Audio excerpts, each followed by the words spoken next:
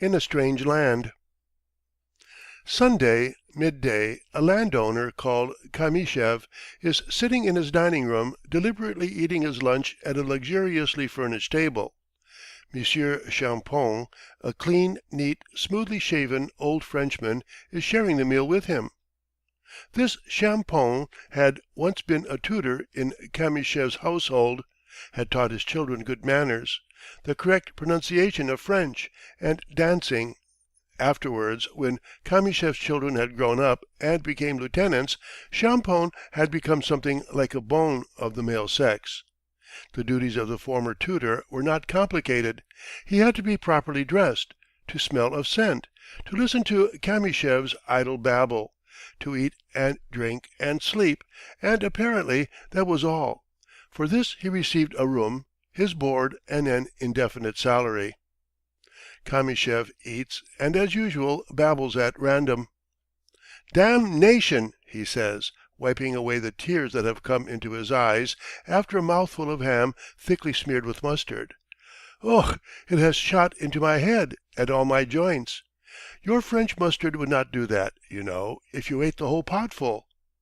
"Some like the French, some prefer the Russian," Champon assents mildly.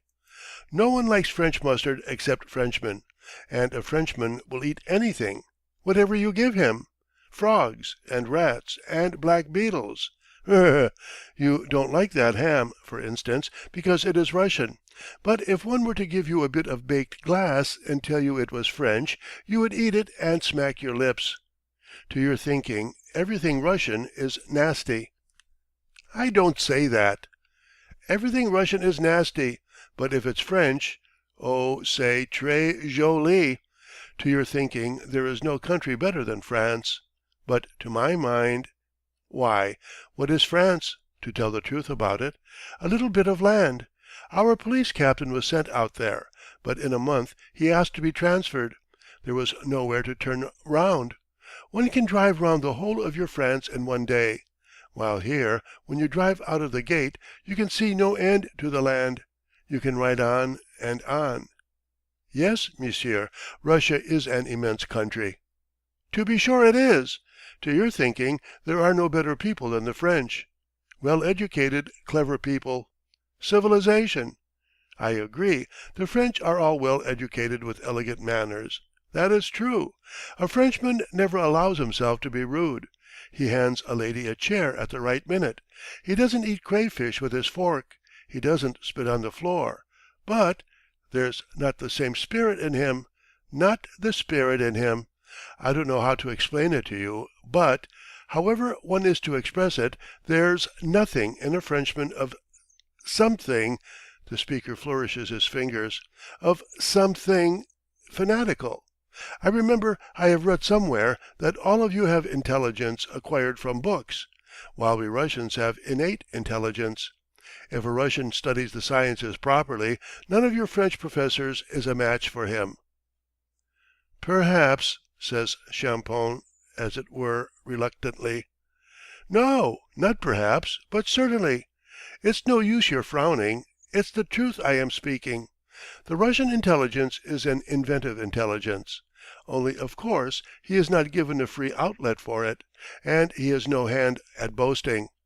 He will invent something, and break it or give it to the children to play with, while your Frenchman will invent some nonsensical thing and make an uproar for all the world to hear it. The other day Iona, the coachman, carved a little man out of wood. If you pull the little man by a thread, he plays unseemly antics. But Iona does not brag of it. I don't like Frenchmen as a rule. I am not referring to you, but speaking generally. They are an immoral people. Outwardly they look like men, but they live like dogs. Take marriage, for instance. With us, once you are married, you stick to your wife, and there is no talk about it. But goodness knows how it is with you. The husband is sitting all day long in a café, while his wife fills the house with Frenchmen and sets to dancing the can-can with them." "That's not true," Champon protests, flaring up and unable to restrain himself. "The principle of the family is highly esteemed in France." "We know all about that principle. You ought to be ashamed to defend it. One ought to be impartial. A pig is always a pig. We must thank the Germans for having beaten them. Yes, indeed, God bless them for it." "In that case, monsieur, I don't understand," says the Frenchman, leaping up with flashing eyes. "If you hate the French, why do you keep me?" "What am I to do with you?" "Let me go, and I will go back to France." "What? But do you suppose they would let you into France now? Why, you are a traitor to your country. At one time Napoleon's your great man, at another Gambetta. Who the devil can make you out?" "Monsieur," says Champoun in French, spluttering and crushing up his table napkin in his hands, "my worst enemy could not have thought of a greater insult than the outrage you have just done to my feelings. All is over." And with a tragic wave of his arm, the Frenchman flings his dinner napkin on the table majestically and walks out of the room with dignity. 3 hours later the table is laid again, and the servants bring in the dinner. Kamyshev sits alone at the table. After the preliminary glass he feels a craving to babble. He wants to chatter, but he has no listener. "What is Alphonse Ludovikovitch doing?" he asks the footman. "He is packing his trunk, sir." "What a noodle! Lord forgive us," says Kamyshev, and goes in to the Frenchman. Champoun is sitting on the floor in his room, and with trembling hands is packing in his trunk his linen, scent bottles, prayer books, braces, ties, all his correct figure. His trunk, his bedstead, and the table all have an air of elegance and effeminacy. Great tears are dropping from his big blue eyes into the trunk. "Where are you off to?" asks Kamyshev, after standing still for a little. The Frenchman says nothing. "Do you want to go away?" Kamyshev goes on. "Well, you know, but I won't venture to detain you. But what is queer is, how are you going to travel without a passport? I wonder. You know I have lost your passport. I thrust it in somewhere between some papers, and it is lost. And they are strict about passports among us. Before you have gone 3 or 4 miles they pounce upon you." Champoun raises his head and looks mistrustfully at Kamyshev. "Yes, you will see. They will see from your face you haven't a passport, and ask at once, 'Who is that?' 'Alphonse Champoun.' We know that Alphonse Champoun. Wouldn't you like to go under police escort somewhere nearer home?" "Are you joking?" "What motive have I for joking? Why should I? Only mind now, it's a compact. Don't you begin whining then and writing letters. I won't stir a finger when they lead you by in fetters." Champoun jumps up and, pale and wide-eyed, begins pacing up and down the room. "What are you doing to me?"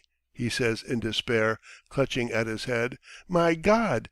Accursed be that hour when the fatal thought of leaving my country entered my head." "Come, come, come! I was joking," says Kamyshev in a lower tone. Queer fish he is, he doesn't understand a joke. One can't say a word. "My dear friend," shrieks Champoun, reassured by Kamyshev's tone, "I swear I am devoted to Russia, to you and your children. To leave you is as bitter to me as death itself. But every word you utter stabs me to the heart. Ah, you queer fish! If I do abuse the French, what reason have you to take offence? You are a queer fish, really. You should follow the example of Lazar Isakitch, my tenant. I tell him one thing and another, a Jew and a scurvy rascal, and I make a pig's ear out of my coat tail and catch him by his Jewish curls. He doesn't take offence. But he is a slave. For a kopeck he is ready to put up with any insult. Come, come, come! That's enough. Peace and concord." Champoun powders his tear-stained face and goes with Kamyshev to the dining-room. The first course is eaten in silence. After the second, the same performance begins over again, and so Champoun's sufferings have no end.